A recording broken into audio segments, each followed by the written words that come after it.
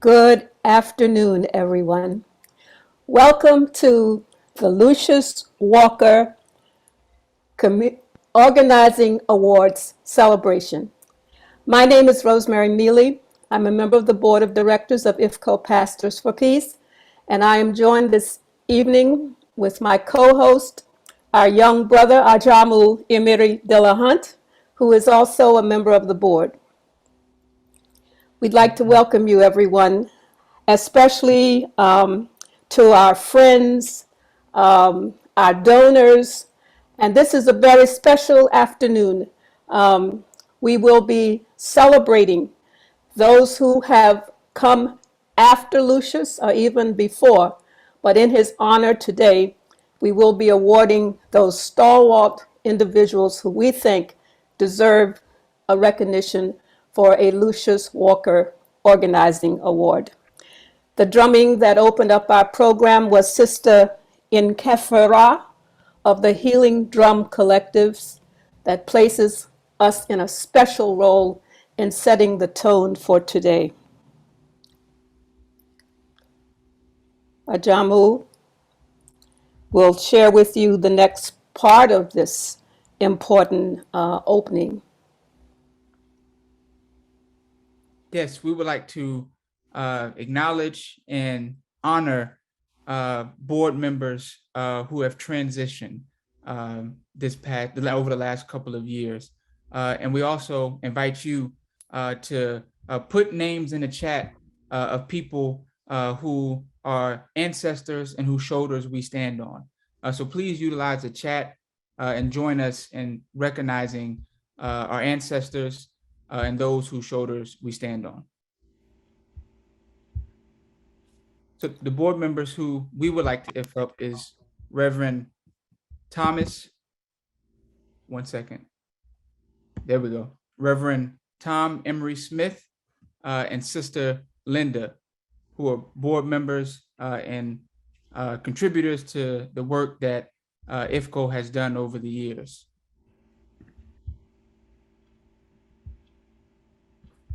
Judge Claude Presente, Lydia LeBron Presente, Bob Moses Presente, and all those we lost over the years Presente. And now, many of you are familiar with IFCO, but now we'll transition into a video that really captures the organization's history and contributions since 1967. IFCO's mission is to support the poor and disenfranchised in developing and sustaining community organizations to fight human and civil rights injustices. In pursuit of this mission, IFCO promotes, funds, and coordinates domestic and international community development efforts, programs designed to improve people's own communities. From the National Black Economic Development Conference to the American Indian Movement to the Farm Labor Organizing Committee to our groundbreaking project Pastors for Peace, IFCO has acted as a catalyst and a conscience in the movement for social justice. The first national foundation controlled by people of color, IFCO has acted as a bridge between predominantly mainline churches and community groups conceived of and run by people of color. As we look toward the future, we see many familiar political themes on our horizon. The wholesale undermining of human and civil rights, government contempt for the poor, dismantling of hard-won gains and freedoms, oppressive foreign and domestic policies. Now, more than ever, IFCO rededicates itself to fund, nurture, and support the organizations that it helped to get started, networking them into a larger arena and watching them flourish and do wonderful, world-changing things. Your decades of support has made all the difference. Thank you for joining us in this important work. Hey, we're in the middle of a revolution because I see the face of things to come. Yes, I do. Yes, some very powerful imagery there, right, Brother Ajamu? Yes, very powerful. So you're now going to lead us to the next part of our program, one of the most significant parts. Yes. This program is in honor of our founder, Reverend Lucius Walker, But we believe, we should really have a firm understanding of who he was, as a person, as an activist, as a leader, as a visionary. And so we have with us today our executive director, Gail Walker, Dr. Bill Sales, former board member, and longtime staff person, Emily Thomas, who will talk about Reverend Walker's legacy and his importance today. Gail? Yes, thank you. Thank you so much, John and Rosemary. There have been several other names that have come up in the chat of people that we need to remember, especially on an occasion like this. So I invite people to check out the chat and to see the names of people that we really do want to lift up. But as far as my dad, Lucius Walker, many people have heard me say that my father wore many hats, right? So he was a pastor, a community activist, a social worker, a teacher.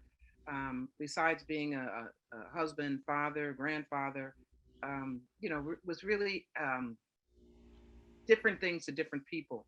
And so we wanted to just kind of have a conversation, I guess, with people who knew him. There are many, we find this out often when we go to Elam, when we take the students to Elam, or we find out that there are so many that have heard of him, but didn't really know the person.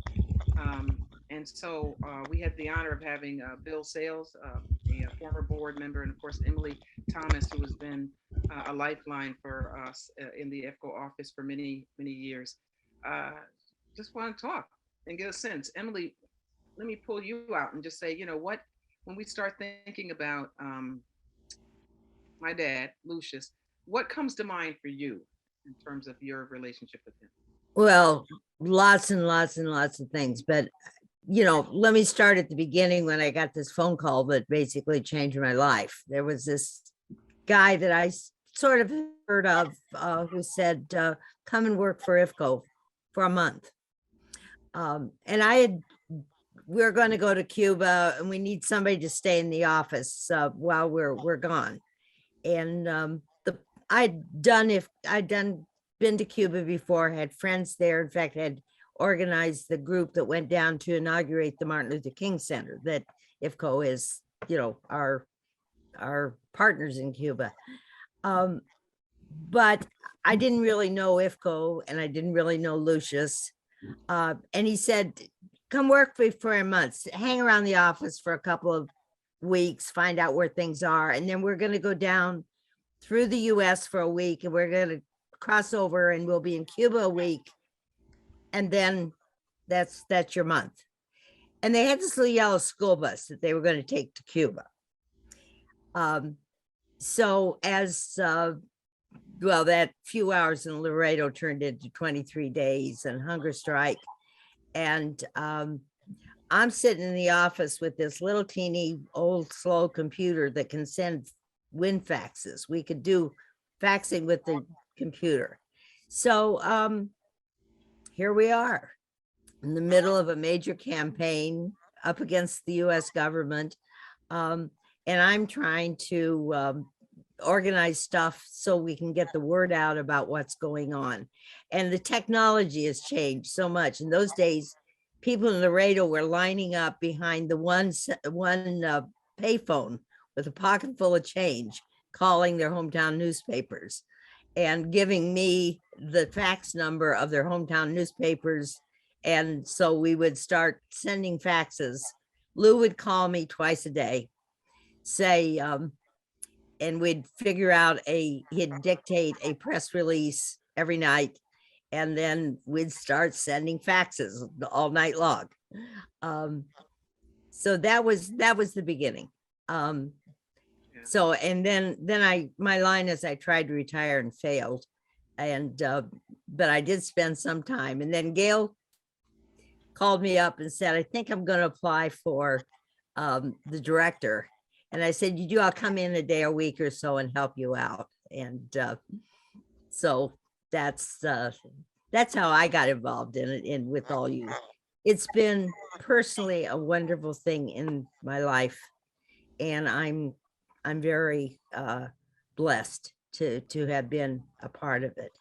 And Lou was an astounding man.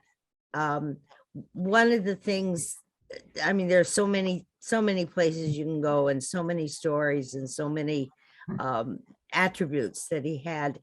But one thing I've always been so impressed, he could come up with these names and these sayings and these, and I don't know whether it was the Baptist preacher in him or what, but friendship meant caravan. I mean, perfect, you know, little yellow school bus.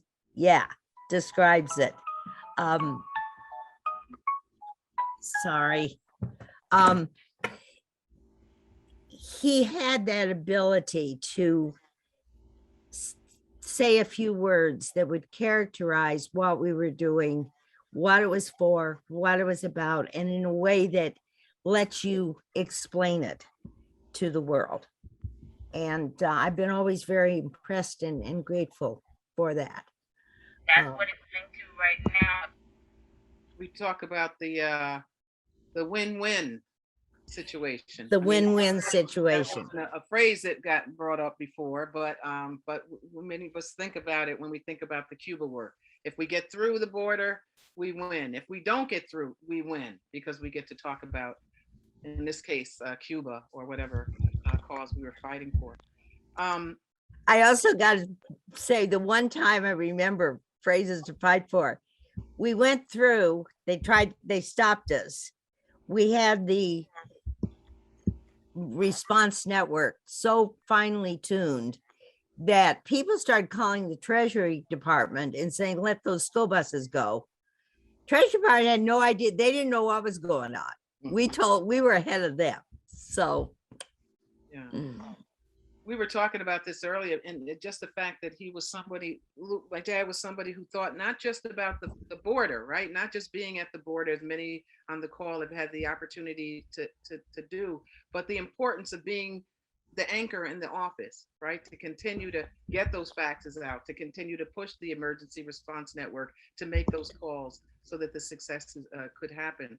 So Emily, you played such a vital role in making sure that the campaign was as successful as it could be. That and the folk who came in to volunteer with you. Rick Younger's name certainly comes to mind. yeah, I'm there, and suddenly, sorry, go ahead. I was just saying, I'm there. Suddenly this guy comes in and said, I'm here to help. I'm saying, who are you? Who do you work for? What's going on? And Lou said, oh yeah, Rick Youngers, he's a good man. And Rick and I would be there till 2, 3 in the morning. I mean, he was a rock. Maybe you could tell the story just before we switch over to Bill. What were you telling me about Dave, your husband Dave, coming up to grab you? Yeah, I had just gotten Dave, my husband of 30 years almost, we had just moved to New York from Seattle, scared to death of being, you know, the subway, all this New York stuff. And here I was up in an office in Harlem at 2 in the morning. And so one night he got on the train, came up there, and he's going to rescue me. And he charges in the office and said, okay, I'm taking you home. And we said, oh, good. We're glad you're here. We need somebody to do blah, blah, blah, and put him to work. And that, he's been a rock. And when, after this month, when Lou said to him, who do I have to talk to have Emily stay working with us? And Dave said, me, but she can do it. That's cool. That's cool. And Bill, years of sitting on the board with Lucius. What memories come to mind for you? Well, of course, my membership on the board offered me the opportunity to work closely with Lou. But my memories of him go much, much further back, even before the solidarity work in Central America and it with Cuba, to the transition from civil rights to Black power and Black liberation in the late 60s and early 70s. He was at the center of a whole lot of motion to move beyond protest to the whole issue of development. Of course, many of us from that period. Remember his work that started the Black Economic Development Conference, and that IFCO came into existence and funded or sponsored many, many very important organizations. One of the most important, which reflects Lou's internationalism, was a Pan-African Skills Project. And that's where I met my wife, Aisha, because she was in that project working in Tanzania, East Africa in the early 70s. And there were 250 people who had signed on to contracts with those newly emergent nations to work to develop their social and economic institutions. They primarily went to Tanzania and Zambia, but most of them were funded and supported by grants that were gotten by IFCO at that time. And I remember Lou and other people affiliated with him coming out to Tanzania, to shepherd the projects. And so, your father was talked about a whole lot in those days, and he was very visible. But of course, more recently, I came on the board, and I think within the first year of being on the board, we had a very, very important question to deal with. And we were the last item on the agenda in a meeting. Viva Palestina, very important Palestinian support organization based in England, needed a US sponsor. And they asked whether we would take it on. And of course, you know what it means to take a public position in support of Palestine in the United States. And we had the discussion as to whether a small organization was already doing very many controversial things, especially working with Cuba, whether that would attract the kind of attention that might lead some very powerful forces to try to destroy us. And in the discussion, I remember Lucius saying that, well, is this something that's worthy of being done? Does this organization represent something good and truthful? And if so, where should we stand in relationship to their work? Should we be intimidated? Should we worry about the backlash? Or should we be more concerned about doing the right thing? And of course, with his quiet but determined leadership, we decided to take on the sponsorship in the United States of Viva Palestina. And for the next decade, all hell came our way.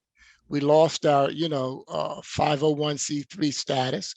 An auditor sat in our office for over a year, looking at every single penny and demanding whether we had a receipt or not. But all that attention came from right-wing forces that had directed the IRS to begin what was really essentially a witch hunt. And we were in very, very bad shape for a very long time as a result of that. And I remember one meeting, and then we recognized Tom Smith, who's now an ancestor. And this is after Lucius was gone. And at the end of the meeting, where we didn't quite know what was going to happen to us, Tom said, well, in all of this, don't forget the spirit. The spirit moves in mysterious ways. And it's now 2022. And for me, that's a very potent remembrance. Tom was quiet. He was even quieter than Lou, but they really worked well together. I won't say they were like Mutt and Jeff, although there is a physical analogy there. But I remember how strong Lou was, but how quiet he seemed so often. That when he wasn't quiet, when he had to take a stand, it could really be shocking. Because he was like strong as steel, but he was very, very quiet. So I didn't get a chance to work with him closely as long as I would have liked, because about 18 months after I joined the board, he passed. And the week that he died, he was supposed to get on a plane and go to, the Congo or Angola, someplace 10,000 miles away, as part of a support effort for their struggles in the African continent. Now, at that time, he was 80 years old. Now I'm almost 80. And the last time I got on a plane going that far, it was like torture. It was gruesome. And Lou used to do that all the time at his advanced age by that point. But he was strong until the end, you know. So it's really a shock to lose him. But his spirit, uh, very potent in the board. It lived beyond his actual physical presence. And I think in many ways, in the best sense of the term, he's our ancestor because we can still feel his energy in all the work that we do. No, it's funny, but when you talk about him, and that sense, that quietness, because he wasn't generally a quiet guy. He wasn't a fire and brimstone kind of Yeah. preacher. He wasn't, but he was passionate about justice, and we saw that illustrated in so many different ways. But he uh, his commitment to coming up, as you were talking about, Emily, different projects, and his commitment to really seeing them through was very fierce. And I've told many people, and many people on this call, that when he first came up with the idea of the caravans, of course that came as a result of this contra attack that we were in. I mean, I traveled with them, but I was just carrying the suitcases. I was a kid learning what was going on. But he, as you all know, he was one of the people who was wounded and came up with the idea of creating these caravans. Friendship, well, at that point was the caravans, Pastors for Peace. That's when Pastors for Peace, that name came up. But he would conceive of these ideas, and I remember when he came back and said, "We're going to do this, and in 6 months we're going to go back with the caravan." And I'm thinking, I don't know what this guy is. I don't know how he thinks that this is going to be possible, that we can do this. And sure enough, 6 months later, there we were in Nicaragua, bringing this we like to say, this motley crew of folk, and this little raggedy bus filled with aid that had been collected from communities across the country. And then we've been caravanning ever since. And of course, the first Cuba caravan. I'm thinking, how are we going to? That's water there. How are we going to get across the water and do this? I just don't know how he's going to do this. And sure enough, that first crossing of the border was just magical, and we were all screaming with excitement. Can you believe it? We did it. We did it. But he had that vision, and he had the faith. He was a man of faith, and it really was interwoven into all aspects of his life. And so that's certainly something that I remember well. And I just want to say something, two short things, because we talk about these big projects, which of course we wouldn't be doing these friendship and caravans. We wouldn't, if Go Pastors for Peace wouldn't be on the map had it not been for that vision. But he was also, as Emily mentioned, as Bill mentioned, just a quiet, humble kind of guy. And I remember there was one of our solidarity members of our solidarity community drove a train, was a conductor, and he had a horrible accident where somebody had crossed the tracks and the person was struck. And I remember this person telling me how touched he was at the fact that Lucius Walker took the time to call and to just kind of counsel him and provide, some loving support after such a horrible incident. But that's like the kind of guy that he was. There was a young man who was trying to go, and he was applying for a job, but he didn't have a suit. He didn't have the right attire. So my dad went over and brought him a bunch of suits and left him with suits. But that's the kind of person that he was in terms of the big and the small things. And I know that we could be here all night, talking about our memories. And I know as I look around this Zoom camera, the faces that, there's so many of you who had, your own direct connects with him. And we think it's real important to be able to take a time like this to not only honor people in his name, but to keep that fighting spirit alive. And we're just kind of blessed to have been here and been a part of that history. So I know that there's a couple people who had sent some things in the chat. Let me see if I can grab something. Ann Lamb sent It said, I always remember the flyer with a typo that said Reverend Lucius Walker.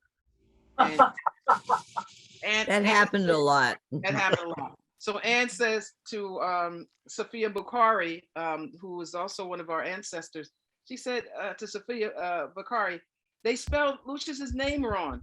And Sophia said, well, he's been luscious to me ever since he made that speech at Justice for Mumia. So it's just like these great, little fond memories that many of us had. Yes, indeed, Sophia Bukhari presented. I have to say, the connection with him was how he was such a man of faith and such a man of action. And, be a real revolutionary, practice your faith. And he did. And he made a path for us all to walk in. He did. He did. Yes, thank you for that legacy conversation. Powerful. Yeah. And also your commentary of those who put in the chat some other remembrances. We're going to introduce then a very powerful spiritual that links this legacy to our history, our culture, and our struggle. And many of you may recognize this voice. A favorite song of his, by the way.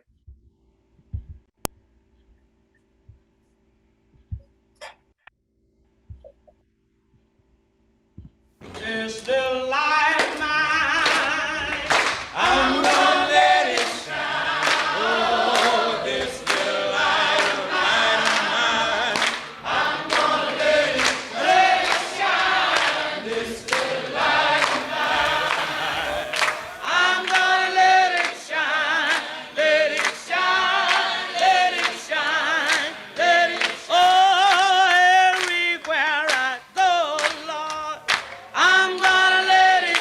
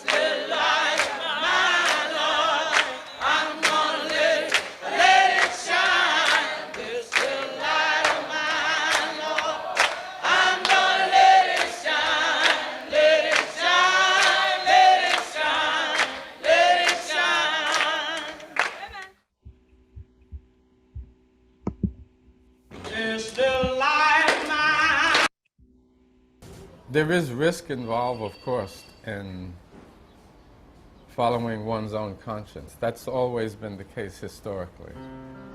But progress in human affairs have only been achieved when some people are willing to take risks to build community, to demonstrate love and caring for their neighbor. So we don't feel like we're heroes. We are simply living in relationship to, in this case, Cuba, in such a manner that we can look ourselves in the mirror at night and we can go to sleep with a clear conscience and not be troubled because we have allowed our love, our self-respect, our humanity to be robbed of us by those who try to teach hate.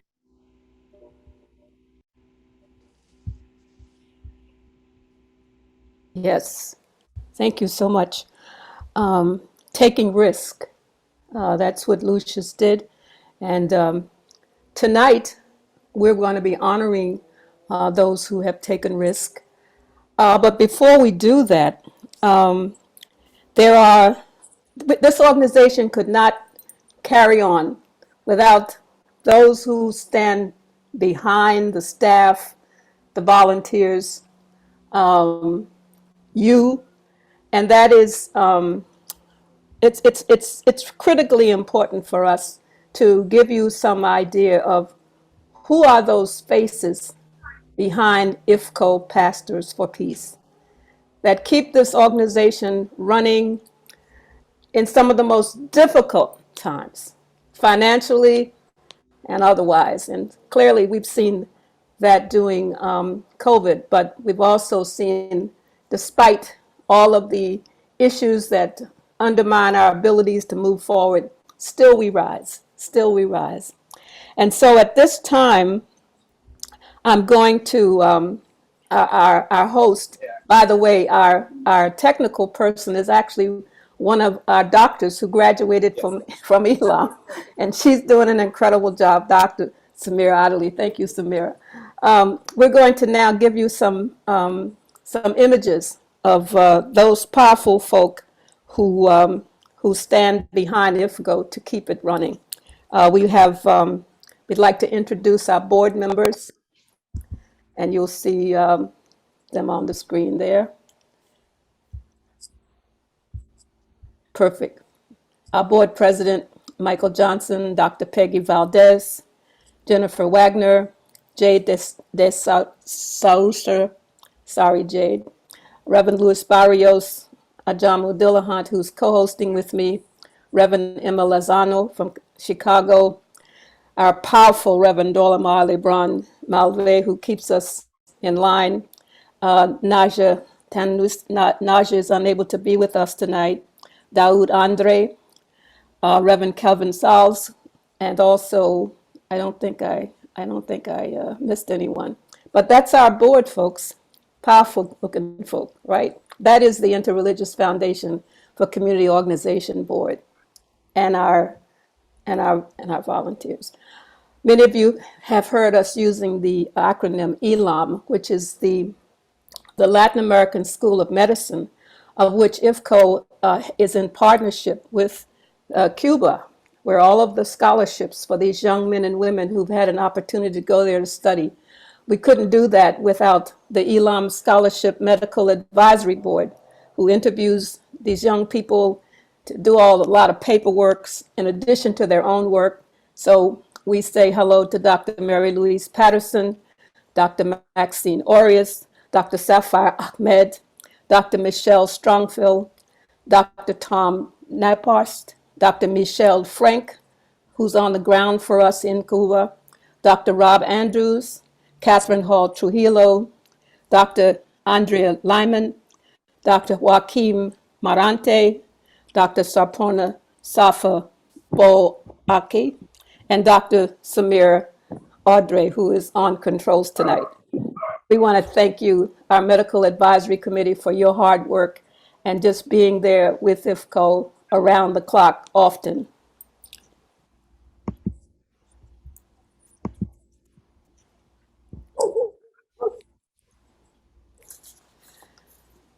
That's right, get a good look at them. And of course, our staff, yes. Gail Walker, Emily Thomas.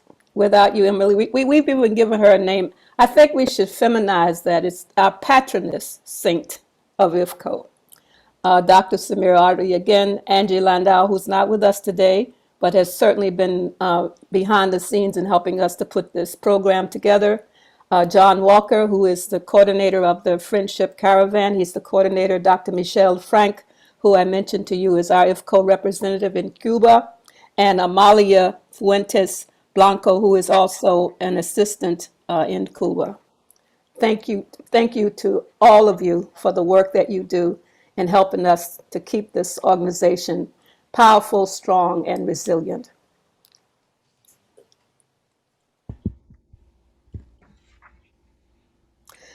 And the next slide that you see is our beautiful delegation of young men and women who have received scholarships to study medicine in Cuba for free. And this is something that came about many years ago through consultation with Congressional Black Caucus, Reverend Walker meeting with President Fidel Castro. And when he asked what were our needs in this country, they announced we need doctors, we need health professions and our professionals in our community. And with that resounding response, it was like Fidel says, I got your back. And so these young people are a result of those relationships and working to make that happen. Just incredible. We have approximately 50 young people now studying in Cuba, and we're proud to say that we have approximately 200 young men and women who have graduated from the Elam Medical School and are now practicing in the United States. What a powerful statement and what a powerful act of solidarity between Cuba and the United States. And thank you, IFCO, for facilitating this.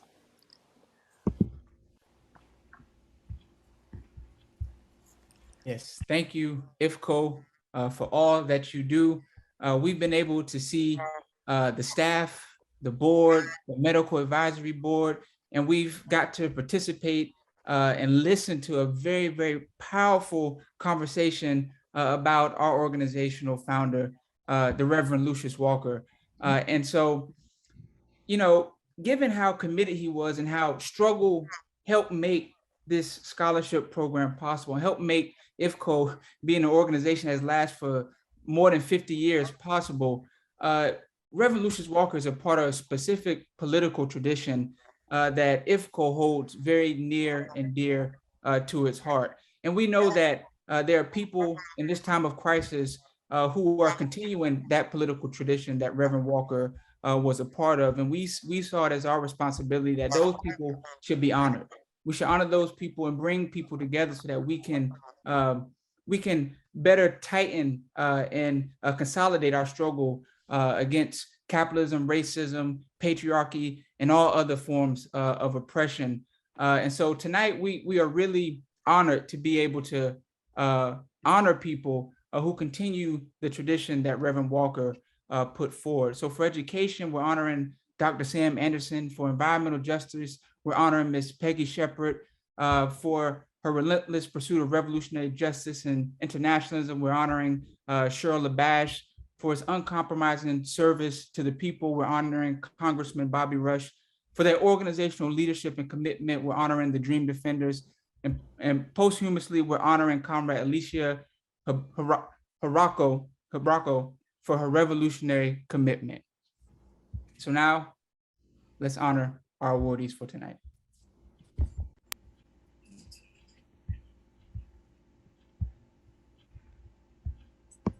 Drum roll.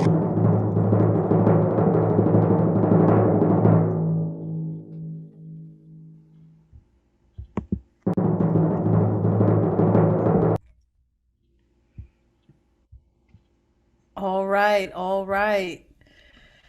I have the privilege and the honor of giving a brief summary to Dr. Sam Anderson. I remember the first time I met Sam and I heard his name. The first thing I thought about was The Matrix. If anyone is familiar with The Matrix, but Dr. Sam Anderson, as soon as we started talking, as soon as we started engaging in conversation, I realized this was not the Sam Anderson from the movie, but the Sam Anderson that actually works against the Matrix. And so our first honoree tonight is receiving this award for his excellent contributions in the field of education. Dr. Sam Anderson is a veteran math and science educator whose political and cultural activism span more than 4 decades. He is the best-selling author of The Black Holocaust for Beginners. Dr. Anderson is being awarded for his tireless work in the defense of public education and in the struggles to establish a People's Board of Education in New York City as a way of giving parents of young learners in the public school system a decision-making voice in their children's education. For his consistent organizing and coalition building in the abolishing mayoral control and in defense of parent, student, and community control of public education. We're just so grateful. Thank you for your commitment to education and political and cultural organizing.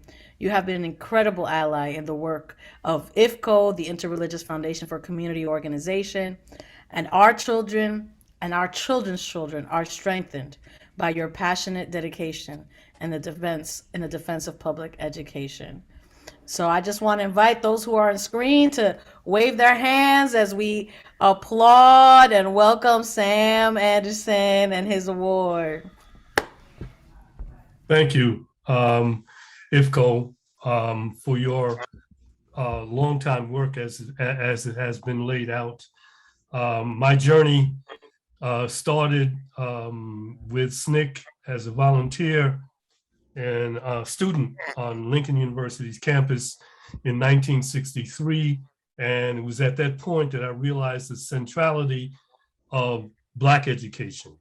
I had a Eurocentric education all the way up until I walked into the library at Lincoln University and saw all of the writings of Black people by Black people and realized that what I had lost in my educational background, coming up in the public school systems in the United States, be it at Bedford-Stuyvesant or the public school system in Panama Canal Zone or New Britain, Connecticut, the public school system. We were erased. We did not exist as a people. Slavery was a paragraph, and anything else other than that was non-existent. So it was an eye-opener, and I felt that it was one part of my life's work would be to educate our people about the real history of the world and the inseparability of Black folk from the world history.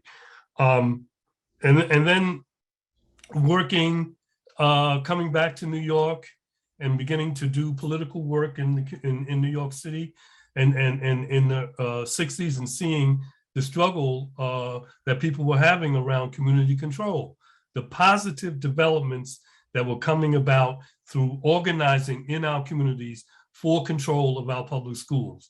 It was something that was, for me, irresistible. And I participated in that via the early incarnation of the Black Panther Party. And then from there, working with students, Bill Sales knows this very well, because he was there too, working with students in the SEEK program who come out of the public school system, who were inadequately prepared, but intellectually ready for great things to happen in terms of their educational experience. And so, you know, over the years, we've done a number of things in terms of helping organize in the community. And of course, it's been many, many years, 20 years for mayoral control. That means that children who are in New York City public schools now have parents who have been subjected to this madness of mayoral control. And we have been fighting through organizations like the Coalition for Public Education, and most recently, the New York City Coalition to finally end mayoral control. We have been fighting, you know. So thank you very much for this award. And I hope that everybody else will join us on this journey for justice in education.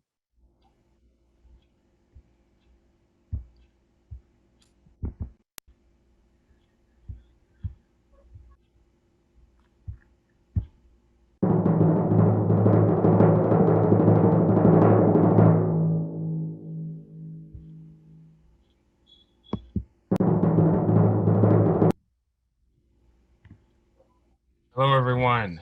It's my pleasure to introduce our sister, Peggy Shepard, the co-founder and executive director of We Act for Environmental Justice. Peggy has a long history of organizing to address environmental protection and advance environmental policies and the perspective of environmental justice in urban communities.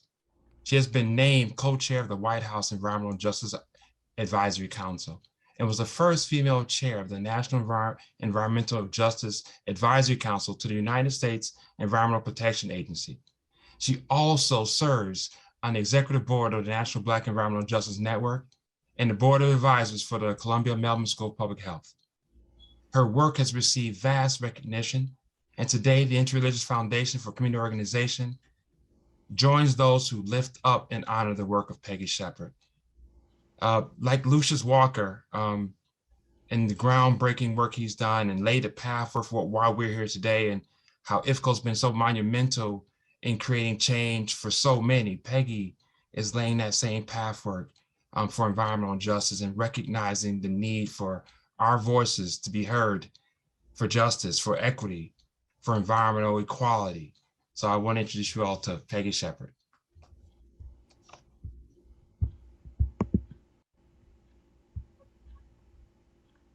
Well, good evening, everyone. I am so delighted to be here. It was such an honor when I got a call from Michael Johnson to let me know that my work would be acknowledged tonight. This has been just a wonderful tribute to Reverend Walker, who I had the opportunity to get to know. The IFCO office is a few blocks from my house. You know, right on 145th Street, just off of Convent. I think you all are still there. And I think I met Reverend Walker through the co-founder of We Act, Bernice Miller, who was working at the United Church of Christ Commission for Racial Justice with Ben Chavis when he developed the first study called Toxic Waste Embrace. And Bernice began working with me after I had worked in the Jesse Jackson campaign, which was really pivotal for me to begin to see so many communities around New York City and begin to see how so many had great benefits, but they also had great advocacy. And I began to understand when I moved to Harlem that our community did not have a lot of advocacy systems that could really begin to organize residents to really lift their voices around conditions in their community. And so environmental racism was one of the first phrases we tried to raise up to the agenda of New York City. And it's taken, we've been working now for 34 years. It's taken almost that long for the words environmental racism, environmental justice to be an understood condition in this country. And of course, a condition that impacts communities of color and low income across the country, across the world. And of course, those communities are also the ones to be hardest hit and first hit by climate change extreme events, which now is affecting all of us in so many ways.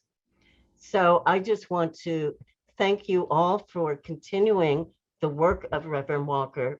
We need so many more active religious faith leaders helping our communities, supporting our communities to really raise their voices and perspectives so that we can all help to create healthy and sustainable neighborhoods that work for all of us. So thank you very, very much. I look forward to walking around the corner and having some more conversations with Miss Gail Walker or Reverend Walker, and really considering how we might work together to raise these issues more broadly around the faith community as well. So thank you very much for this acknowledgement. Very much appreciated. Thank you. Thank you. Thank you so much, Ms. Shepherd. It'll be wonderful to reconnect. It's been many, many years. I know those early years of history with IFCO, but would love to find ways to interconnect. So we'll make sure to make that happen. But wonderful. Thank you for being here, and thank you for being here. Thank you, Michael.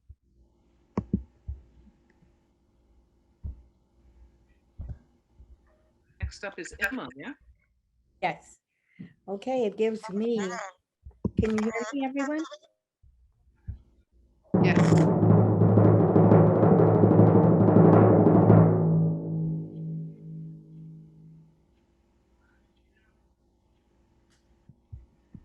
It gives me,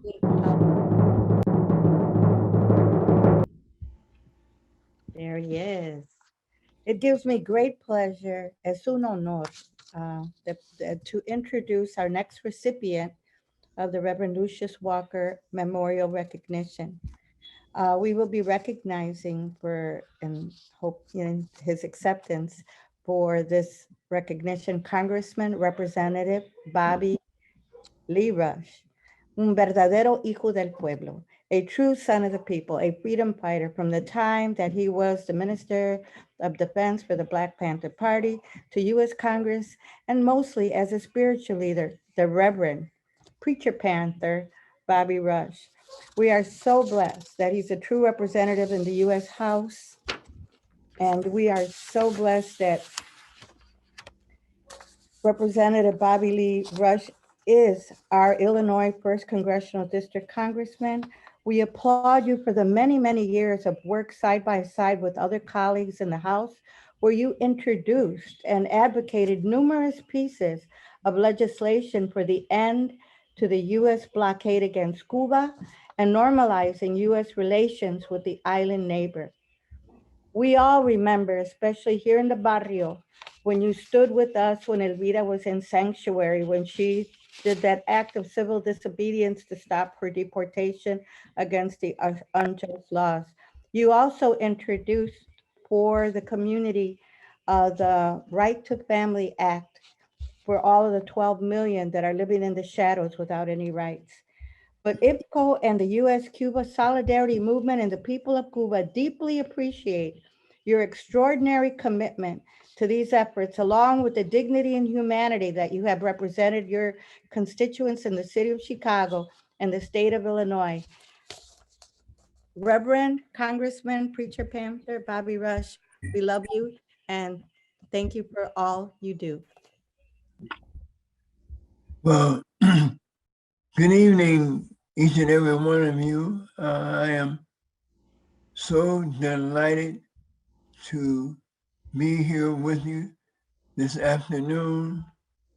I am further delighted that my dear sister, Emma Lozano, has introduced me to you. Emma and my dear brother,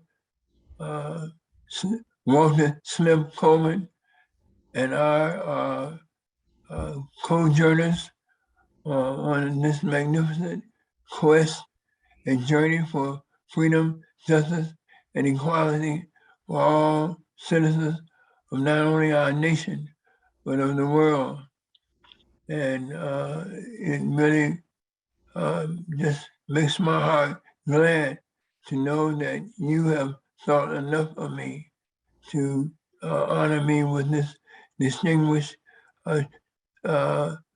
gesture this evening in the name of such a valiant and stalwart and really beacon, our Reverend Lucius Walker. let me say to you that this moment in our history, this moment in the history of the world, where there is violence being committed in the name of governments in Eastern Europe and certainly in around the world. This is a moment, and I'm not taking lightly that you would choose this moment to lift me up to get a recipient of this award. I wanted to share with you that this award is not in any way a comma, but it's but it is a hyphen, because we just take a moment from struggling for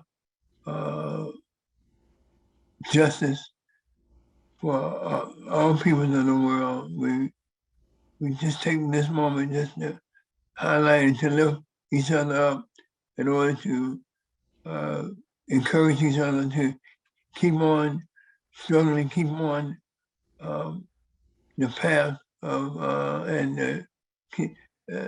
of seeking freedom, justice, and equality for all people in the world.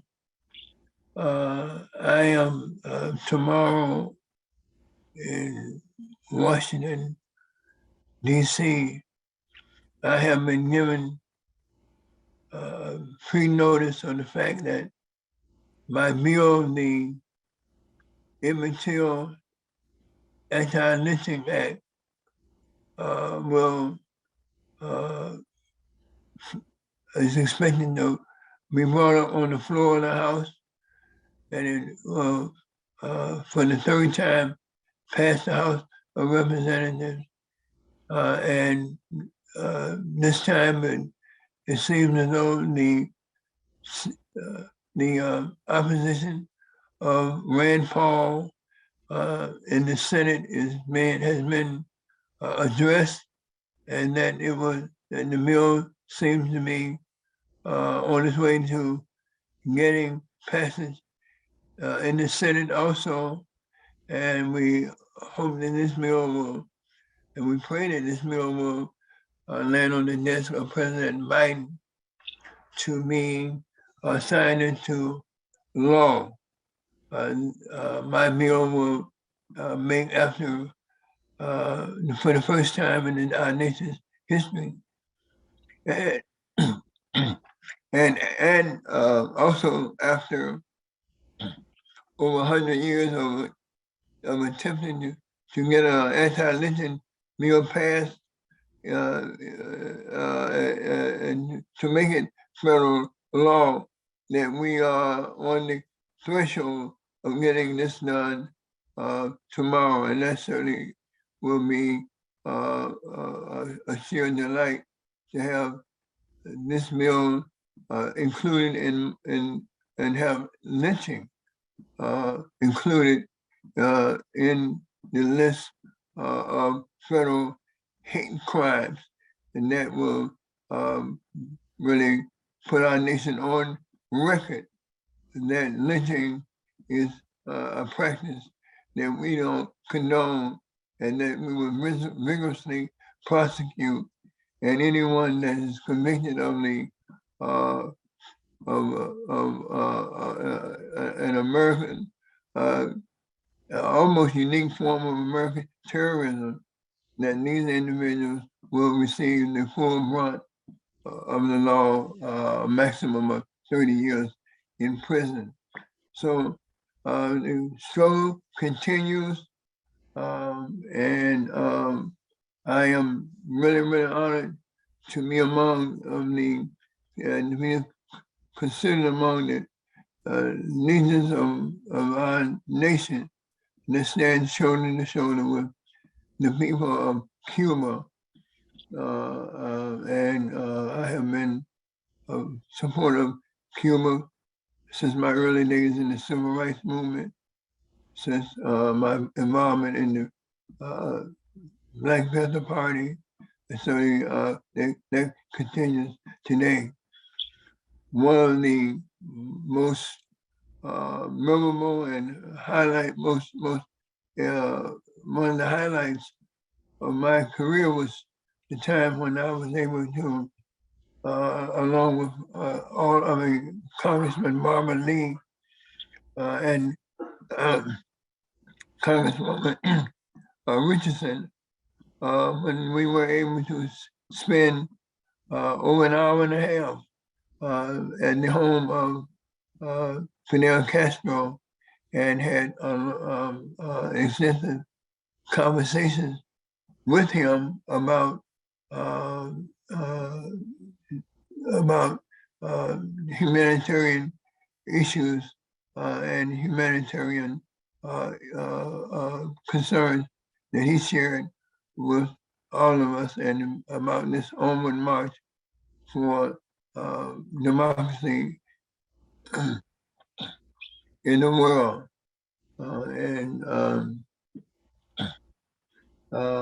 So I looked that moment up as being a time when I felt so honored and energized to spend that kind of time with Fidel Castro, and to observe the Cuban people at work and the love that they have for freedom, justice, and equality for people throughout the world. So again, I'm very honored to be here this afternoon to meet with you. My family is experiencing some very trying moments at this very hour. And that we have one of our dear family members who is really in acute care in one of the hospitals in this city, and literally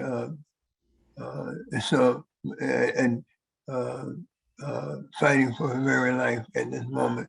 So this is a bittersweet moment for me, and I want to again thank you, Emma, for all the friendship, all the encouragement, all the support, for sharing in matters of faith with me, and and my dear brother, I tell you, your sweet husband, and my deep-seated friend for over almost 60 years now, Slim Coleman. I wish him the best. He's always in my prayers, and I'm just so delighted that he's getting so strong again. I love to hear his voice. I hear his voice on yesterday, and Slim is a champion. Always have been since I've known him, of freedom, justice, and equality.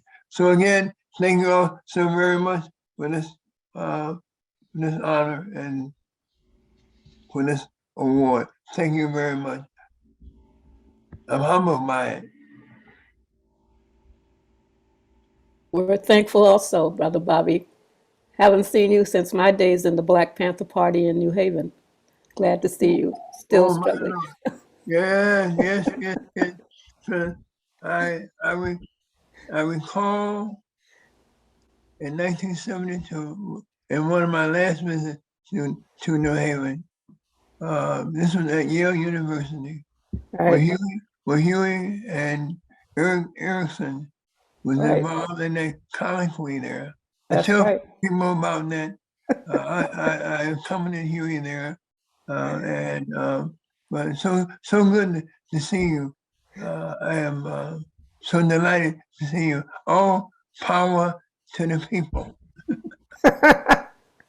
Thank you. Thank you so much for your kind words. And Emma, thank you so much for making this happen. It just shows you how, we're a part of this big human circle, and the universe it was meant that we connect today. Thank you and good health to you. Sorry to hear that you're going on another journey, but glad for all the work that you've done. Thank you so much, and IFCO appreciates you.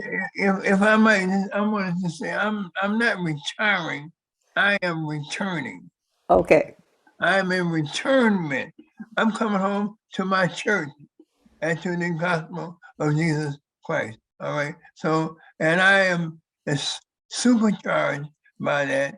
And I am, it's almost like, reminds me of the feeling that I had during the 60s as a member of the Pastor Party. So I'm in returnment and not retirement.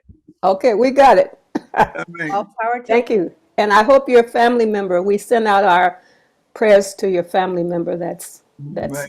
having a difficult time now. But thank you so very much. All right. Thank you all. All right. So we're now going to hear from Samira. I'm going to introduce you to introduce our next awardee.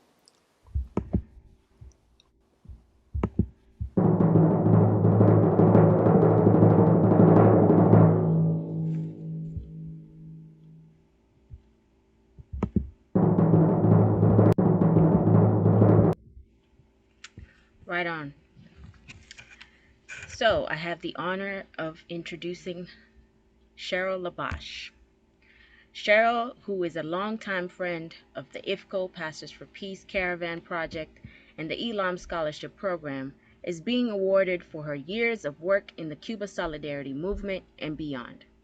In 1985, as a union healthcare activist, she made her first visit to Cuba while a member of the executive board of the American Federation of State County Municipal Employees, AFSCME, Local 457, which represented workers at Detroit General Hospital and the Detroit Department of Health.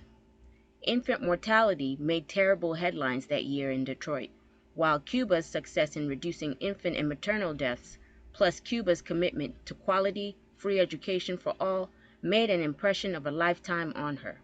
In fact, she would become a founding member of Doctors for Detroit, an organization initiated to identify youth who would train in Cuba as physicians and return to serve their Detroit communities.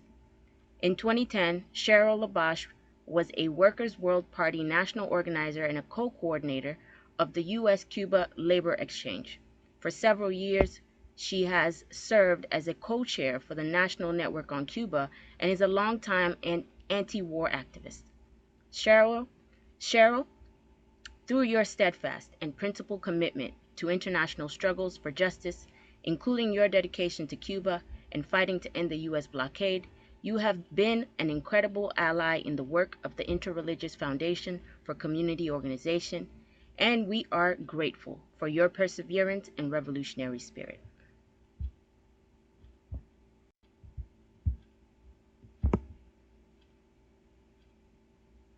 Y'all just give me a second here while I put Cheryl on the screen. Here I am. Dr. Samira and IFCO, thank you so much for this honor. To be honored by an organization that for so many years, even before the Cuba struggle, was steadfast in the fight against racism here in the United States, against white supremacy and the Klan, for the marginalized and disadvantaged communities to be that voice, and to have carried that through all of these years is just it's something that we as a community, as a class of people, as a human race need to continue. IFCO and Lucius Walker and his leadership over the years has been a beacon of internationalism, a fundamental of anti-racism and has brought creativity to the movement to find a way where there appears to be no way to push the struggle forward. And in this time, in this particular moment of crisis, international crisis, economic crisis, environmental crisis, that creativity that IFCO was initiated through Reverend Walker, but has continued as we look at this program to see how far everything has come and the potential that is within this group. I don't want to go on, but I want to thank you for this this recognition, and certainly I'll be with you in the struggle, in the continued struggle, and will continue to do what the Cuban Five have asked the children of La Colmanita every day. What more can we do for the struggle for justice, for peace, for a better world, for ending the blockade of Cuba? Thank you, IFCO. Right on, Cheryl. You're an inspiration, truly. To have known you in this short time, upon my return from Elam, and to know that people like you have been behind the scenes supporting us in every sense of the word. It's an honor, and we hope more of you multiply, just like more of all the great honorees we just had on, and truly everyone who's on this call, because it's one big family that continues to support the fight for justice all over the world.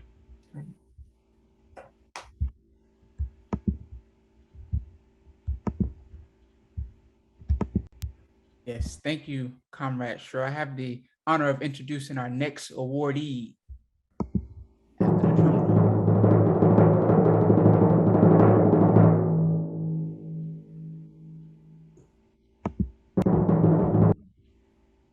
So political organizations are important. I have the honor of presenting an award to the Dream Defenders. The Dream Defenders were founded after a group of activists marched throughout Florida and occupied a state capitol in order to protest the murder of Trayvon Martin and the failure to arrest his killer, George Zimmerman. Their ideals, values, beliefs, and organizing practice are a witness to IFCO's missions. Their multifaceted work has resulted in positive dynamics, which has contributed to transforming new ways of consciousness among the youth and popular culture. We at IFCO applaud the Dream Defenders for your commitment to work to build international solidarity in the school to prison pipeline, prisons, police, and redefining notions of freedom and safety. We look forward to an ongoing and engaging relationship with you in the struggles for social justice and global peace. To accept the award on behalf of the Dream Defenders is dear comrade and sister, their co-director, Sister Jonelle.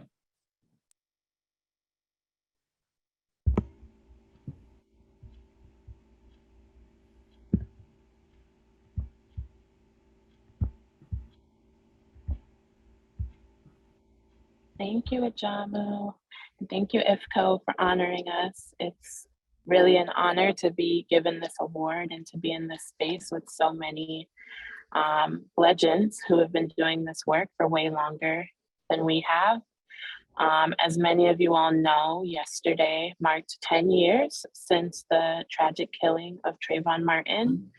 And, you know, 10 years ago, we had no idea that we would be starting this organization called Dream Defenders. I had no idea that I would be entering this work, entering movement work, and really dedicating my life to this work. And, you know, over the last 10 years, we've seen many more senseless killings of young people. And we've also seen many more people becoming awakened and getting into the streets and taking action. And, you know, the work that started long before the killing of Trayvon Martin is becoming much more a part of the popular lexicon. And today, 10 years later, we're still fighting for much of the same things that we were 10 years ago. And we understand that, you know, as the movement has become popular, we're still fighting for power, and that there's still a long journey and a long way for us to go to get the power that we need. But we are glad to be in this fight with people like you all, and to be learning and have lessons from the folks that are on this call. And we know that eventually we will win. So just thank you all for thinking of us and honoring us, and we're just grateful to be here. So thank y'all.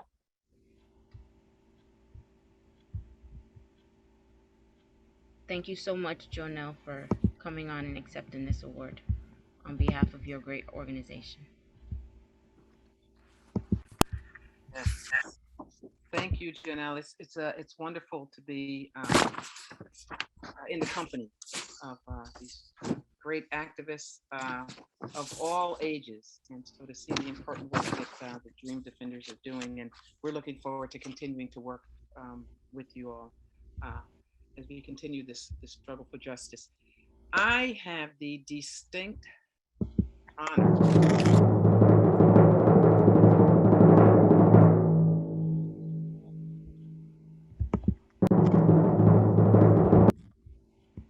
got a little carried away. Got started a little early. Sorry about that, Simone. It's the drum roll. We need to get the drum roll going.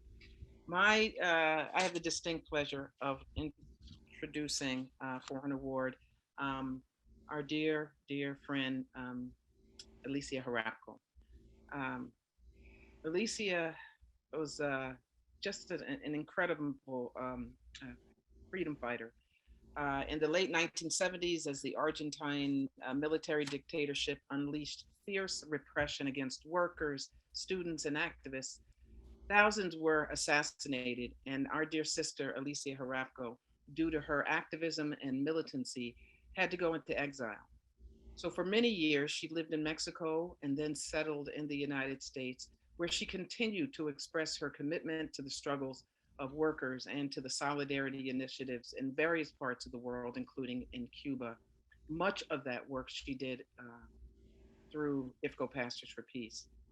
Alicia was engaged. Alicia was engaged in a number of struggles, from the International Committee for Peace, Justice, and Dignity to the International Committee for the Freedom of the Cuban Five, to the network of intellectuals, artists, and social movements in defense of humanity, to her tremendous work with Resumen Latino Americano English, which is still very active, and we encourage you all to continue to support the work of Resumen Latino Americano. She also co-chaired the effort to nominate Cuba's Henry Reed Brigade for the Nobel Peace Prize, and for many years served as co-chair of the National Network on Cuba. And I had the honor of serving on NNOC's co-chair with her. Her fighting spirit lives on for the freedom, dignity, and sovereignty of the people of Latin America. She will always be remembered in the IFCO family as a great human being with great humility. We lost our dear sister Alicia earlier this year in person, but certainly not in spirit. Alicia's award is being presented to her family and will be accepted by her life partner and our dear friend, Bill Hackla.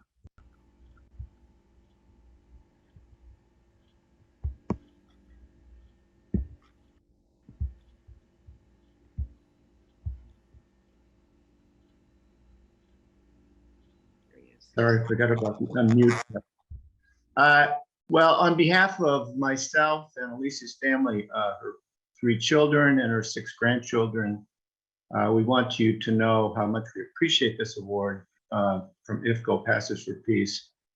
IFCO was always in Alicia's heart, and Lucius was always a major inspiration for her. In fact, she kind of found her niche in this country. She had the love of Cuba, and then through the vehicle of pastors, that was her initial impetus to really get involved, and she never looked back. And even when we were busy organizing our own projects in the struggle for a more just world, Alicia was always able to find time to help pastors. Many probably may not know just how deep the relationship and collaborative relationship that Lucius had with Alicia that went over for years. And it was one of those things that wasn't really known, I don't think. She wasn't never officially a part of IFCO staff, but she operated like one, and they were really tight allies. And when Lucius wanted to get something done on the West Coast, he would call Alicia. You know, in the history of, I was thinking about the history of Pastors for Peace, and in particular the caravans to Cuba. Those stories are, it's just so layered with the, you know, the big picture being, of course, being its unwavering commitment to breaking the blockade. But within that struggle, there's these, what would you say, these threads, literally thousands of threads of interconnected stories. I'm sure those of you who were caravanistas at one time or another know exactly what I'm talking about. So I'm gonna just share our story. Alicia and I actually met on a caravan in 1995. It was the caravan that went through Buffalo, New York. And it was very interesting because Alicia and I were both from the Bay Area. Somehow we didn't know each other. We never met each other, just how those things go. And so I remember the caravan took the buses into Washington that time because it was going through Buffalo. Alicia wasn't on that part, I was. And it was very interesting because, you know, there the buses were going down Pennsylvania Avenue and everything, and Lucius had a stop at Congress, and Lucius went into Jesse Helms' office. And they asked him if he had an appointment, and he said, "I don't need an appointment."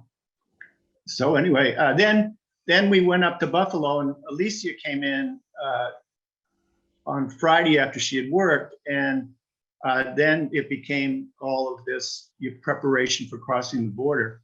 And you know, the real key, the really great thing about, you know, we never thought that the aid was really the answer or anything, but you know, using it as a strategic weapon, especially around things like prohibited technology and things like that. And our prohibitive technology was solar panels, not just a lot of solar panels, one solar panel.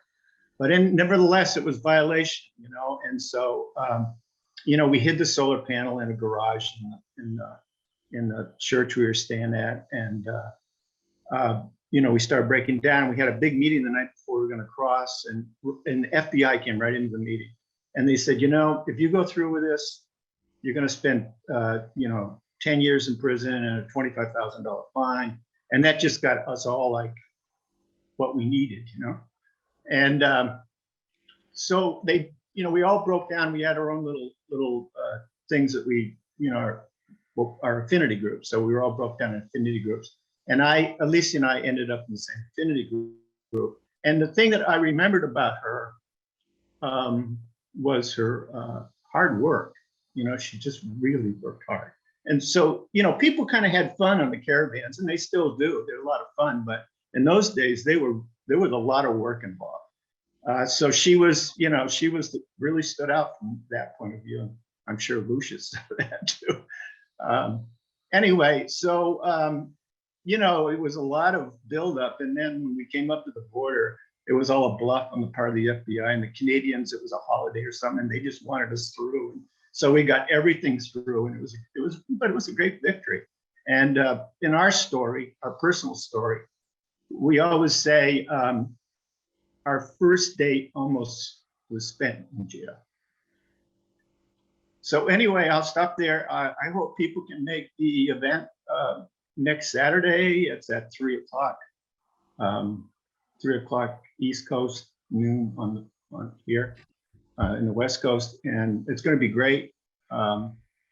We're working with the Cubans. The Cuban Five and their families are going to be there, along with Jose Cabañas, who was the ambassador, and Kenya Serrano, who was really pivotal during the Cuban 5 days as the leader of ECAP. and many others. Oh, the Comanita, we hope that we get the Comanita on. And then, of course, there's going to be a lot of her allies or people that she worked with closest here in the U.S. So I hope to see you all there. And thank you again for the award.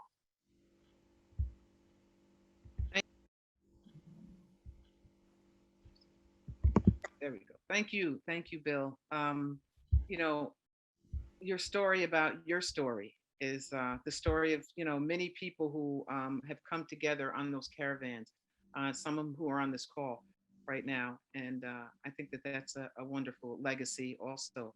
Of I guess I'd like to say that Lucius had a little hand in bringing you two together. So we're going to claim it anyway. Yeah. But anyway, we will be putting out a word about the March 5th tribute to Alicia Harapko's life that Bill referenced. And we'll be sure to send that out, and I hope that all of you that are here today can be with us as we lift up our dear sister Alicia. But thank you, Bill. Real quickly, Bill in his own right is a fantastic photographer. And so, we've got all these great photos of Bill's, but that one of Lucius outside of what's this guy's name? Jesse Helms. Jesse Helms' office is priceless, because the stuff is going through his head. Like, we're going in here. Whose office is this? The people's office, our office. But a great memories. But anyway, thank you so much. Samira, back to you. Let me just add that long live revolutionary love, because your story is all that and more. Yeah. Right on.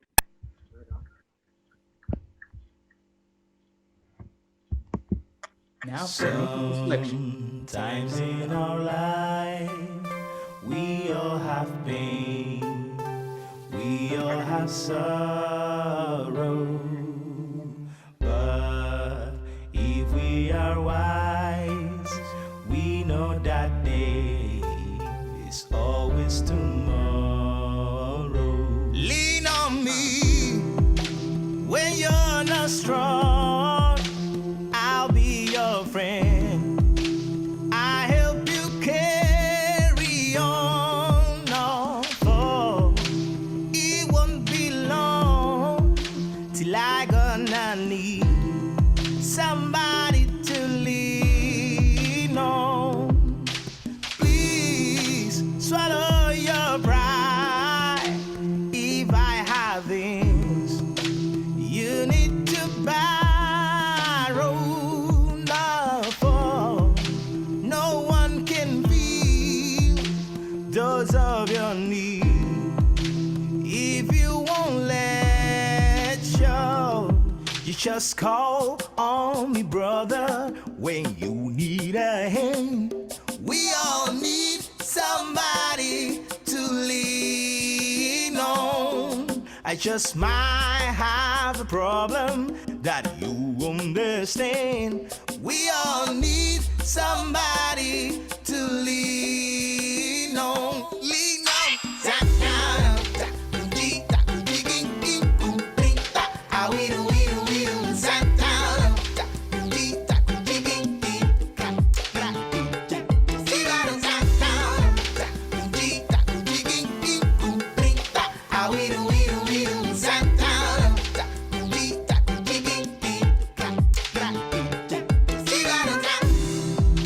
A mí no me caben dudas, yo a ti te quiero como a lo lindo de la vida, en la buena y en la mala, vamos a estar cerca, tú solo llama. Just call me when you need a friend. Call me, call me, call me, call me, call me when you need a friend. Call me, call me.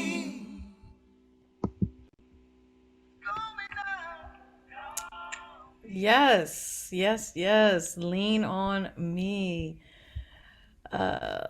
Friends, I don't know about you, but I just need to take a breath after hearing the stories and just feeling so proud to be a part of this work. You know, indeed, we have come this far by faith. We've come this far by strength. We've come this far by the courage of so many who came before us, of so many who are still here with us, those who fought not only to transform, you know, in a lot of ways, our very own communities of faith, but to transform society at the root. This is so important for this particular moment in which we are living.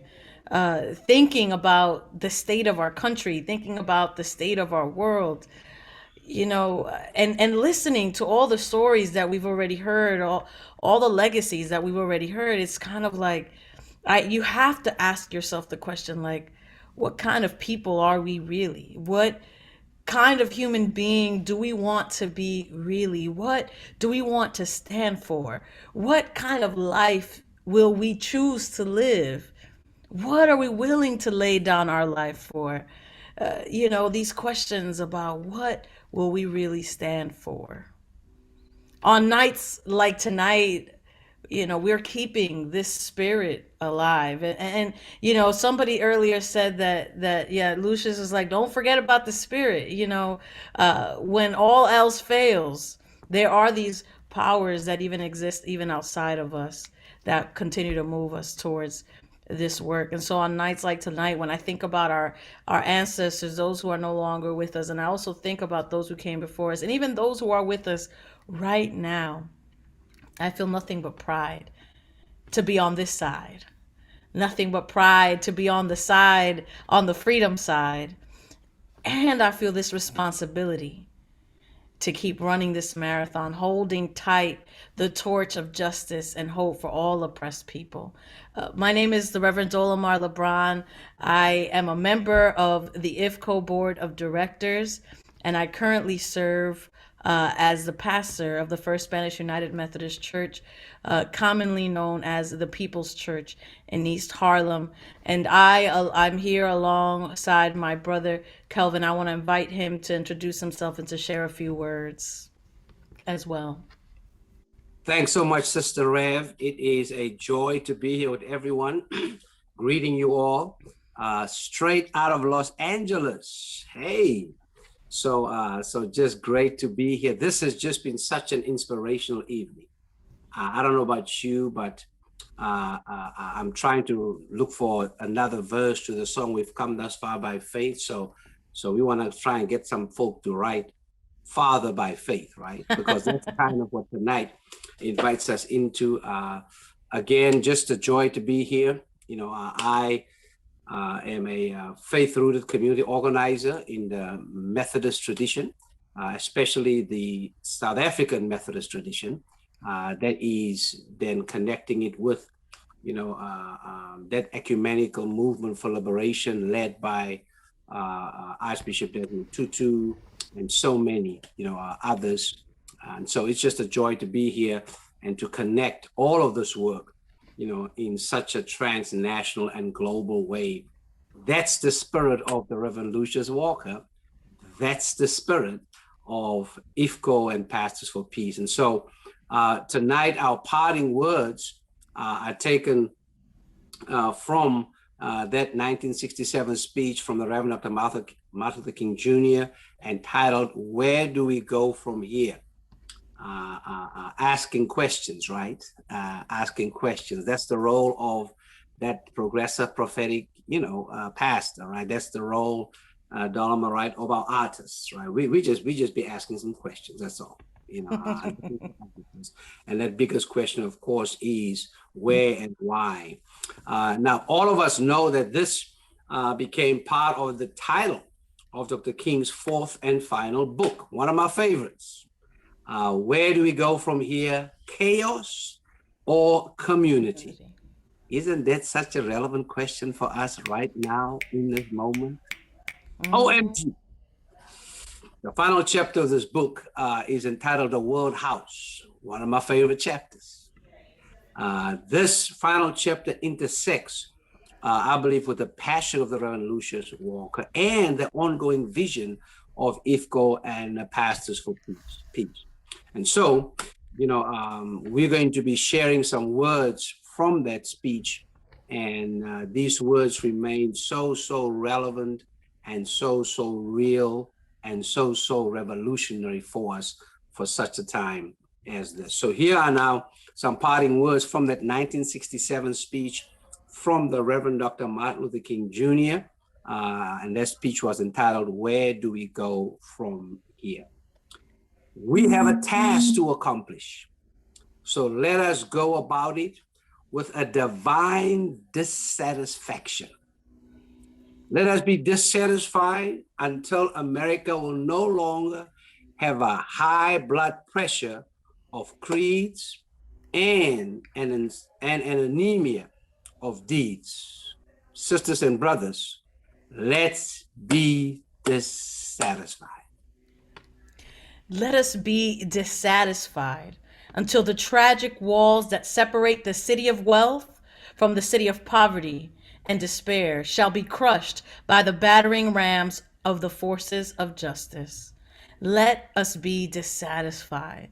Let us be dissatisfied until those that live on the outskirts of hope are brought into the metropolis of daily security. Let us be dissatisfied. Now, in case you didn't hear what we're trying to say, y'all, all we're trying to say is this: let us be dissatisfied until every state capital houses a governor who will do justly, who will love mercy and will walk humbly with God. Let us be dissatisfied. Let us be dissatisfied until from every city hall, justice will roll down like waters and righteousness like a mighty stream. Just in case you're not sure what we're trying to say here, let us be dissatisfied. Let us be dissatisfied until that day when the lion and the lamb shall lie down together, and everyone will sit with their own vine and fig tree, and none shall be afraid. Sisters and brothers, everybody in between, let us be dissatisfied. For peace is not the absence of conflict, but the presence of justice. Let there be that kind of peace on earth. Amen. Nashe. Amen and ashe. And so, sisters and brothers, may the legacy of all those we've honored this evening spark, flame, and fuel the fire in all of us to do what we must do during these consequential times, to do what we must do by any means necessary.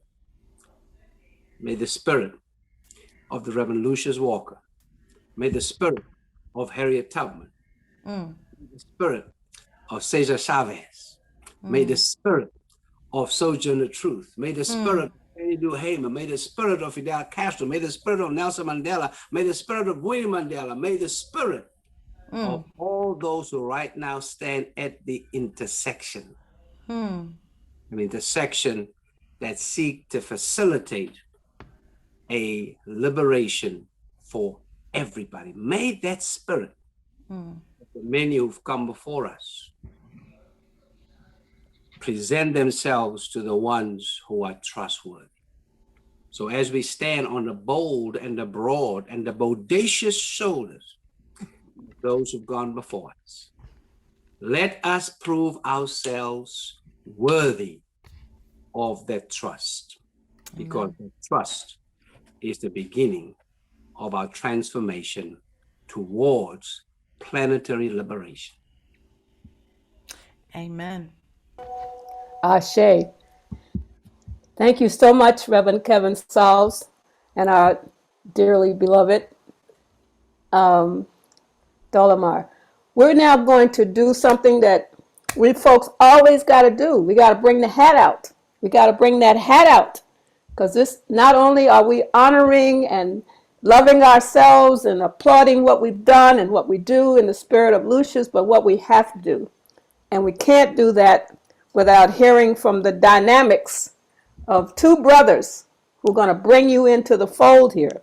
And I'm talking about Board member Daoud Android, and also our board chair, Michael Johnson. They're going to take you now to the place that you really want to be in this event. And we Yes, want you to be. greetings, family. As Rosemary said, my name is Daoud Andre. I'm a member of the board of this wonderful organization, IFCO Pastors for Peace. For those of you wondering, IFCO is the Interreligious Foundation for Community Organization. I want to thank, first of all, my sister Nina Jaoul, Director of Haitian Women for Haitian Refugees. She connected me to Lucius and to the IFCO family many, many years ago. Right now, I live in New York, but I am from Haiti. Haiti, as you know, it's a country that our detractors work hard to make sure that the world only knows of us as the poorest country in the Western Hemisphere. But Haiti is a country with a very rich history. As a matter of fact, the country which is the cradle of freedom in this side of the world. It's my honor to be here with my brother Michael Johnson, president of the board, for this segment of the program. And it's really the best part of the event, the most important part, because without resources, well, none of IFCO's work would have been possible. We are here to encourage the family here to help us raise $50,000 to further IFCO's work.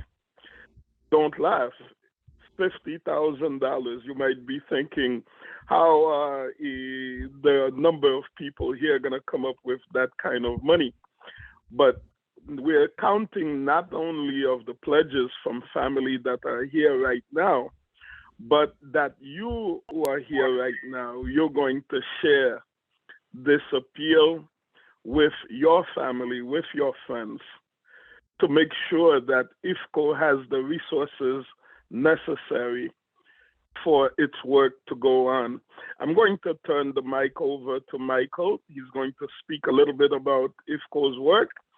I want to encourage everyone while Michael is speaking to put your pledges into the chat. And as you're listening to Michael, and after Michael is done, we'll tally it up and see where we are in terms of pledges, or as I'd like to see, how much we've gone over this $50,000 goal. Michael, go ahead. My brother, yes, thank you so much, my brother.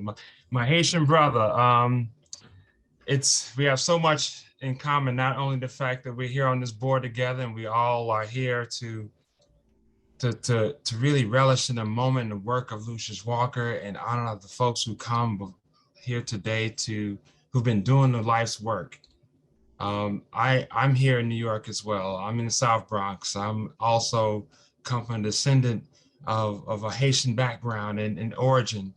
Well, my grandfather came from Haiti, but I have no direct connection to it, but my brother Daoud and my brothers and sisters from Haitian Friends for Haitian Refugees. But we're here today to, like was mentioned by brother Kelvin and sister Dolomar, how do we show our dissatisfaction? You know, how do we continue to do the work that Lucius set this path in the 60s? I mean, what an incredible time to set a path for human rights, right? To show solidarity with brothers and sisters around the globe of showing his dissatisfaction with how we were being treated as a people. And not just us here in the United States, but people all over the globe was being treated with no equality, no justice, no real sense of being human, treated with such malice. But this brother stood up and said, we're going to fight back. We're going to stand up. We're going to fight back. And we're going to do what we have to do to make sure that we show our dissatisfaction. I'm just so blessed to be here today with all of you all. A lot of familiar faces, a lot of old Caravanese, some Caravanese that I were on in the 90s, in Vieques, some that were in Puerto Rico, some were in Mexico, all because Lucius had this vision that we have to be in solidarity with folks who are dissatisfied with the status that they were being plagued with. So tonight we're trying to make sure that we share that dissatisfaction to a point where we share not only our words, but our deeds like we always have. And you know, the work of IFCO is very hard to do when you're not relying on foundations, you're not relying on large corporations, you're not relying on anyone but our family, our unit, our community of folks who have been dissatisfied with the plight of our people. But we need, like my brother mentioned, we need help. This organization needs to be assisted to continue this mission, to bring forth an opportunity for so many young folks who are living out that dream that Lucius and Fidel had of studying in the Latin American School of Medicine and bringing back their talents to their own communities, to serve in underserved, underutilized, service communities and where they lived. I mean, we had the pleasure of bringing doctors, young students and young adults to Elam, to Havana, Cuba, to study medicine, where that opportunity did not lend itself to our students here in our own country. This organization stood up against the most powerful nation in the world, around making sure that our love for our neighbor of Cuba, for our brothers and sisters in Cuba who are only trying to have self-determination, only wanting to stand up for what they felt was the right thing to do for themselves. And we thought it was the right thing for us to do, be dissatisfied with how our own country was treating them. And it didn't stop there. It's still happening all over the world. It's all over this globe. It's happening in our country. It's happening in our communities. And IFCO's always been that shining light. The Interreligious Foundation for Community Organizations has always been that place where grassroots organizers could come to for that help and that need, to be able to find that guidance, to make sure they can stand up and fight back and be dissatisfied with unity and solidarity from not only Lucius Walker, but from all the folks who were and been engaged in the work of Pastors for Peace for decades. It's incredible that we're here today honoring not just the folks who are being honored, but honoring the memory of Lucius Walker. If for those of you all who had the pleasure of being in his presence, you know what I'm talking about. For those of you all who have not, you're here to continue to hear the story being told, and you feel that spirit. We're going to continue to be dissatisfied until we get satisfaction. And the only way we can do that is keep on fighting, keep standing up. We fight for human rights, environmental rights, social justice, human rights, human justice, anywhere and everywhere there is an injustice, there's injustice. So we need IFCO, Pastor Peace needs help. We always need your solidarity. We need your support. We need your, the purse strings, like my brother, I told my brother, Daoud earlier, I said, brother, I can't do the pastor speak and ask for money, but I can definitely tell you why it's needed and why it's important for us to continue to do the fight, continue to do the struggle, continue to be dissatisfied, and continue to keep moving in the right direction. So thank you all for having me to say a little bit about that. And please help this organization continue to do the good work. And like some have said, keep making good trouble. Thank you, Michael and Daoud. That should have brought in at least 45,000. I don't know what the tally is, but I did see it moving a bit. Thank you so much for that, and we'll find out as soon before we close out exactly how responsive our audiences were. So the funding pitch, as you've heard, is significant. It's so important, and we're going to get ready to kind of close out our event for the evening. Um, where's my co-host? We want to thank everyone who has signed on, who came on, who participated. We want to thank, we want to acknowledge our new awardees, and perhaps I think what tonight shows is that we are expanding our work. We're expanding our work domestically in other areas of the world in addition to Cuba, but we're expanding our work because we know that this is a global struggle that has domestic implications.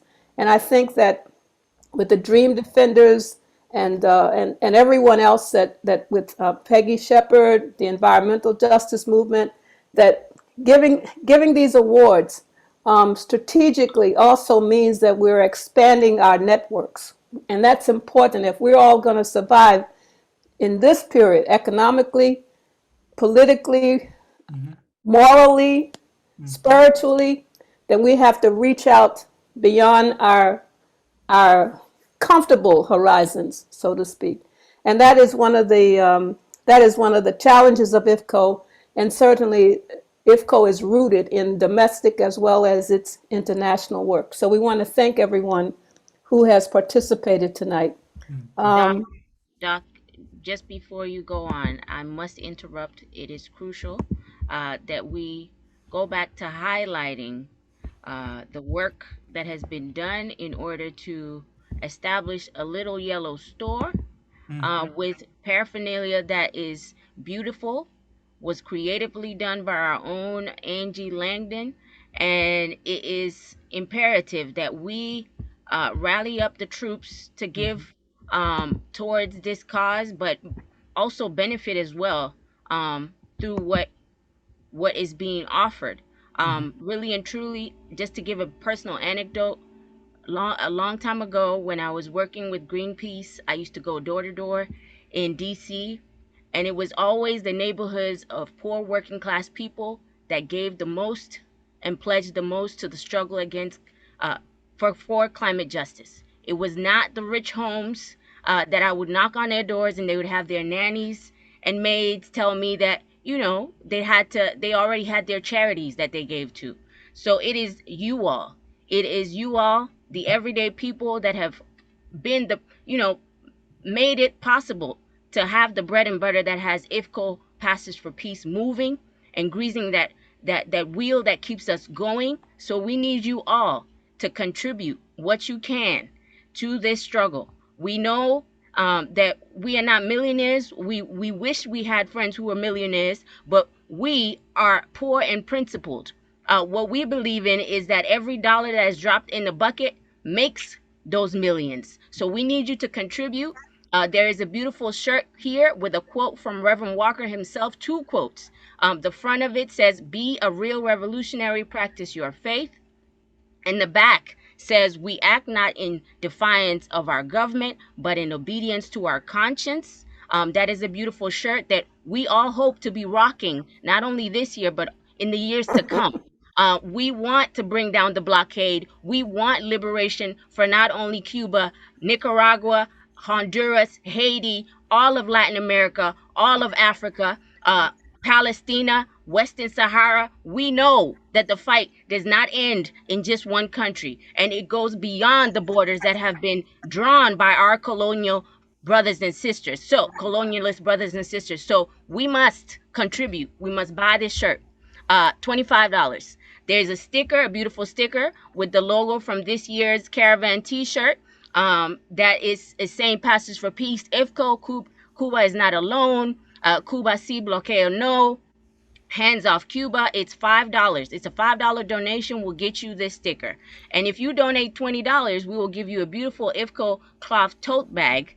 Very good quality that would withstand time and all the tests, and it's beautiful and black, so it will take a while before it dirties up. But the point is, if you also donate $50, you get all this beautiful stuff in one go. But the goal is keep it coming and understand that your dollar stretches. We are people of God. Whatever we have in our hands is graced by his spirit, and it multiplies. So we believe in what you contribute. Even if it is a little bit, it goes a long way. So we want you all to tap into this, make these donations possible, please and thank you. Believe me, every dollar goes a long way. People are living on $7 a day in other countries. We are doing a lot with a little, and so we want you to keep that contribution coming, and never underestimate the power that you all have. It's been too long that we have been deceived, but many of you on this call are the reason why the new generations will know we cannot be deceived. We are the ones who will enact change that is needed. So we need you all to contribute and make this happen. I love it. And that T-shirt, it comes in small, medium, large, extra, extra, extra large. It doesn't matter. And Whatever size you need. It's a statement. Thank you so much, Samira. It's a statement, especially if people walking behind you, they can see it. Put up that little store. We got our own store. You know, like all these other places, you know, they have their little boutiques and what have you. IFCO has its own store, and we're going to be stocking it with other things. But right now, it's those T-shirts, it's those stickers. It's what else do we have? The tote bag. And the tote bag. Oh yeah, smart tote bag, smarter than anything NPR could offer. So, and it has a statement on it too. You know. So thank you so much, Samira, for making sure that our listeners know, our audience knows about that. Thank you again. We want to thank everyone again who has helped to contributed to making our anniversary, our celebration, sharing all of the wonderful words from the acceptance speeches. We've made new friends, new contacts, and this is exactly our goal. This is one of our goals, and we want to thank everyone who's participated tonight.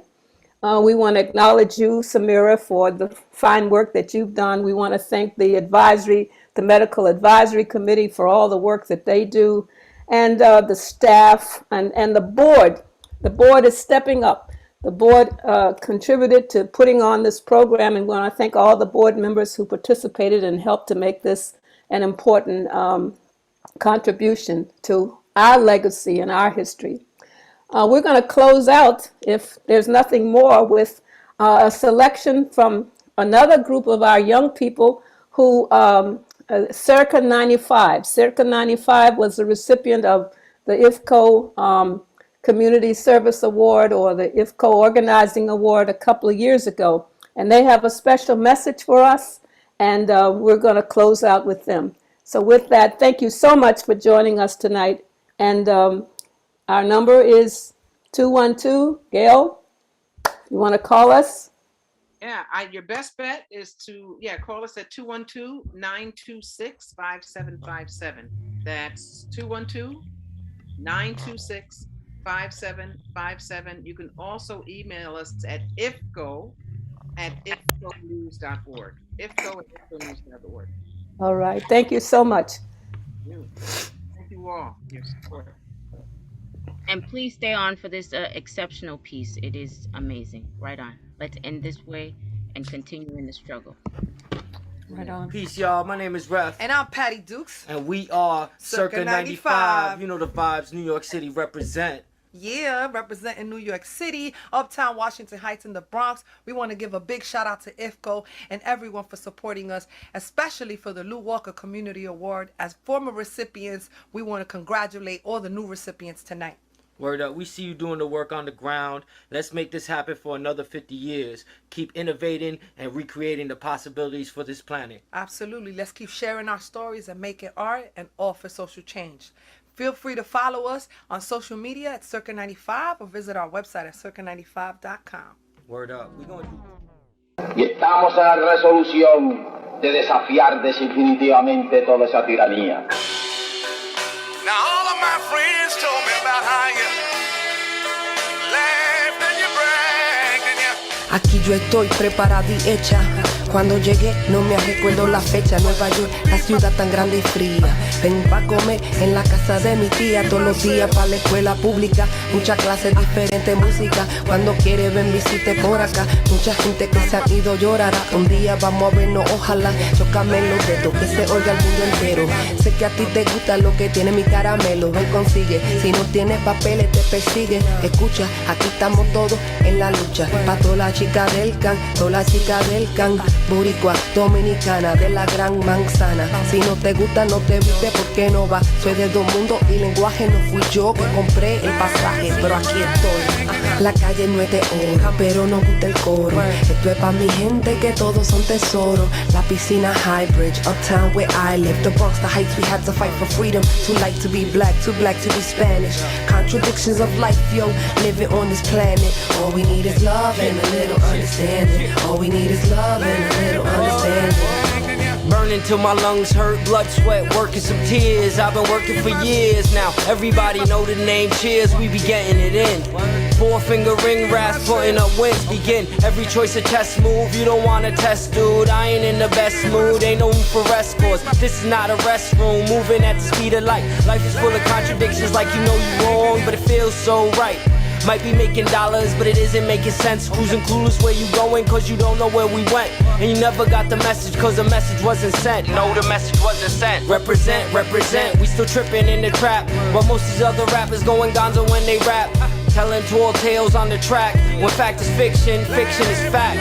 So where you at? La calle no es de oro, pero nos gusta el coro. Esto es pa' mi gente que todos son tesoros. La piscina High Bridge, uptown where I live. The Bronx, the Heights, we had to fight for freedom. Too light to be black, too black to be Spanish. Contradictions of life, yo, living on this planet. All we need is love and a little understanding. All we need is love and a little understanding.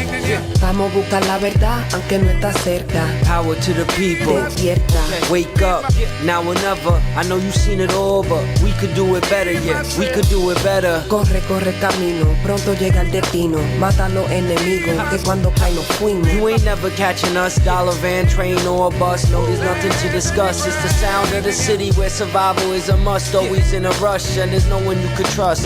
No one you could trust. Con nadie confíe, salva lo que consigue. Todo pa' tu gente, lo demás no le dé mente. Pa'lante, pa'l frente, todos estamos presentes. Pa'lante, pa'l frente, todos estamos presentes. Pa'lante, pa'l frente, todos estamos presentes. Pa'lante, pa'l frente, todos estamos presentes. La calle no es de oro, pero nos gusta el coro. Esto es pa' mi gente que todos son tesoros. La piscina High Bridge, uptown where I live. The Bronx, the Heights, we had to fight for freedom. Too light to be black, too black to be Spanish. Contradictions of life, yo, living on this planet. All we need is love and a little understanding. All we need is love and a little understanding.